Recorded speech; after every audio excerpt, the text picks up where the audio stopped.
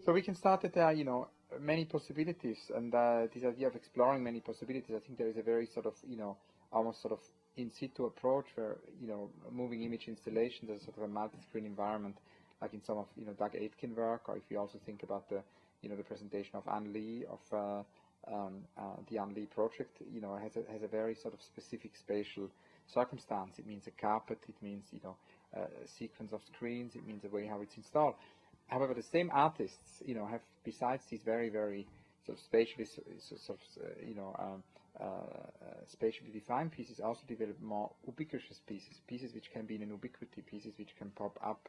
in different kind of context and which not necessarily. So I think, it's just to do with these different forms of appearance, and I think, the idea of having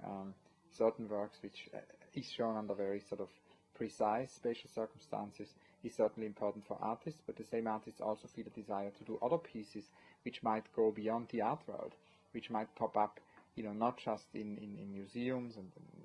galleries, but which might pop up suddenly in a, domestic context, or in a, DVD store, or which might also pop up, in a wider distribution, wider dissemination. And I think we clearly cannot say right now that artists do this or that. I think it's a negotiation, and very often artists, want to explore these different possibilities which they are in the current kind of mix. I mean, there are different forms of movement. I think, there is the fast lane and there is the slow lane. And I think, to some extent, we have obviously in the world right now homogenizing forces of globalization, and they're also at stake, in the world of art.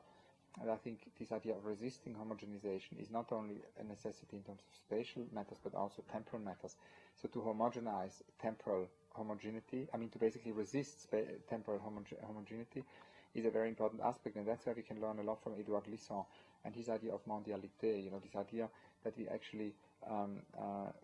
do on the one hand resist the homogenizing forces of globalization, yet at the same time do not miss the great potential of global dialogue. And that's why he calls mondialité the possibility of a global dialogue which enhances difference, which does not,